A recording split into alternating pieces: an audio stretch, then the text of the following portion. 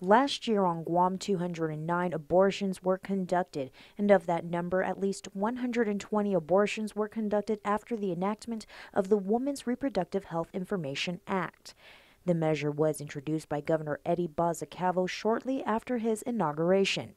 Tim Rohr is the co-founder of the pro-life group, the Esperanza Project. What the law actually requires is that a woman seeking abortion has to be given a 24-hour waiting period, a pamphlet, an informational booklet to take home. Before an abortion, a woman must sign off on a checklist that certifies she acknowledges the risks involved. The law then requires the abortion provider to submit monthly the total number of checklist certifications received to the government of Guam. Rohr says that hasn't been happening. According to GMH, or Guam Medical Records, the abortionist performed, they didn't turn in any. They didn't turn any numbers in for those checklist certifications, okay? So 0.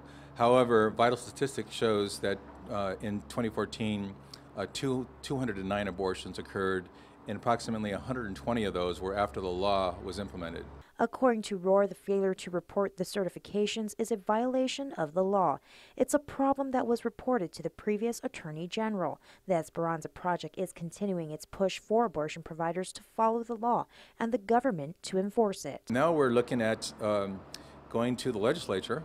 The current AG, I don't know what they're going to do. I do hope that she does something about it, and because this was a couple years ago before the current AG took office. Obviously, the AG will be made aware.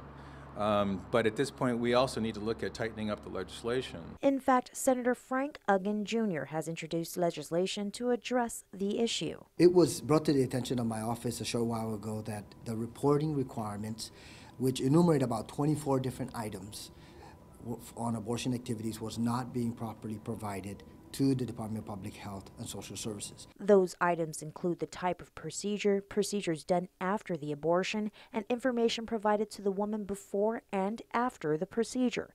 Abortion providers face stiff penalties for violating the law, including fines anywhere between $10,000 to $100,000 for each offense, and also the suspension of their medical license. Reporting for Guam's News Network, I'm Jolene Toves.